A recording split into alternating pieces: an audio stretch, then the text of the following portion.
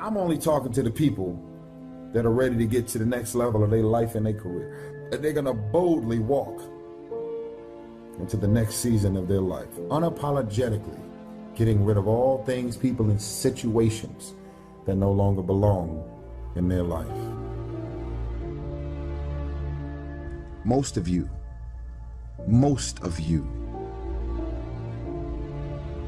you're so consumed with everything that's going on in the world.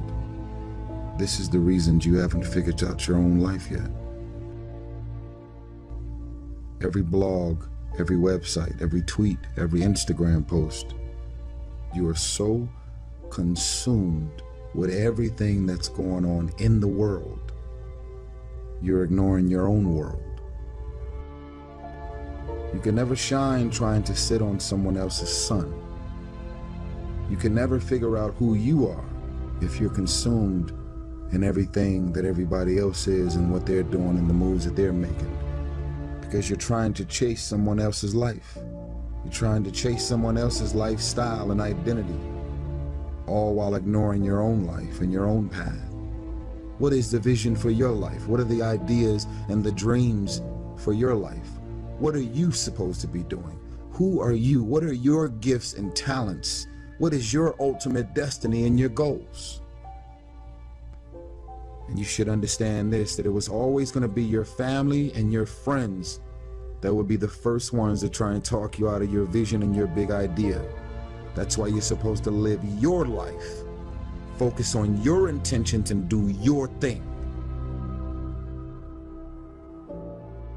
If you allow your self-worth to be based on what other people think of you is the beginning of the end.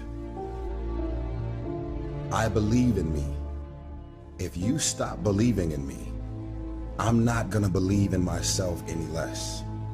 If you believe that I'm irrelevant, that no one is checking for me, and that I don't mean anything to the world, because you think or believe that about me, it doesn't mean that I'm gonna believe it about myself. See, the day that you start living your life according to everybody else's opinion is the beginning of the end. Most of you guys don't actually know your self-worth. You don't know your self-value. Believe in yourself. Believe in yourself, independent of the validation of the world. Have opinions and feelings about yourself, independent of the feedback.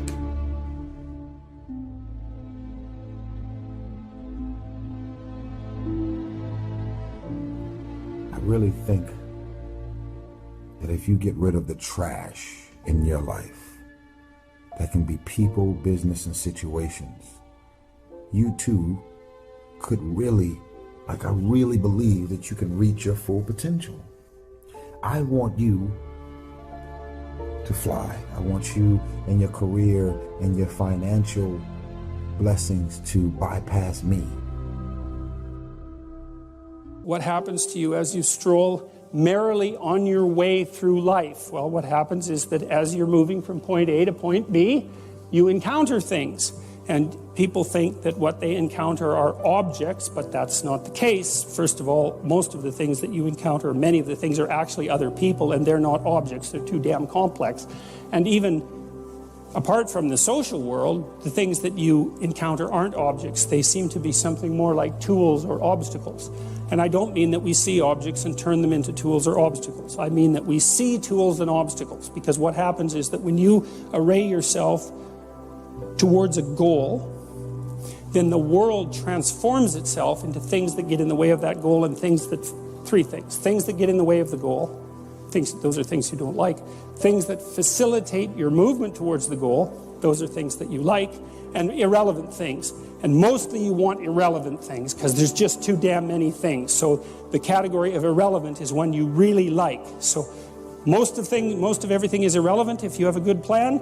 A few things are good because they move you forward, and some other things are not so good. You want to go around the not so good things if you can manage them, unless you like to run head forth into like brick walls, which is not particularly, it's a learning experience, but I wouldn't repeat it too many times. You want the world to array itself as a set of, we could say, tools. Now, what happens is that you have this perceptual system that's mediated by dopamine. It's the same system that cocaine activates, or methamphetamine, or the drugs that people really like to take.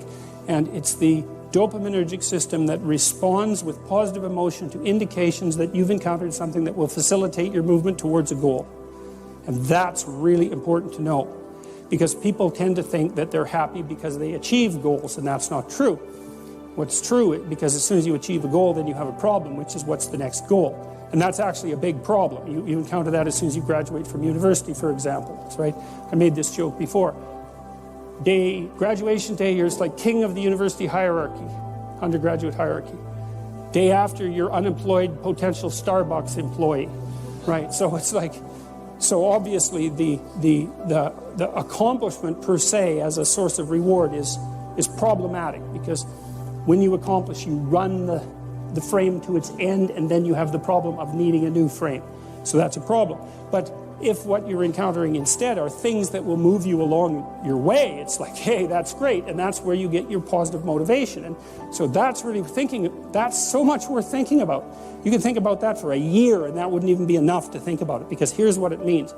It means, in some sense, that the Buddhists are right with their claim about Maya, M-A-Y-A, which means that people live in an illusion. And what they mean by that is, well, you have goal, whatever your goal is, and that goal gives relevance to the world. And you could change the relevance of the world in a snap, just by changing your goal.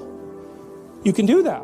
And so then you think, well, it's sort of an illusion, because you can just change it. Now, you don't want to push that line of argumentation too far, because even if the specific point can be changed, the fact that you're in one of these frames cannot be changed.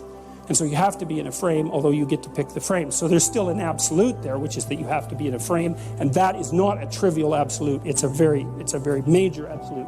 So then you think, okay, all of your positive emotion is going to be experienced in relationship to the goal. Well, then we think, well, you could use some positive emotion. It's a good thing.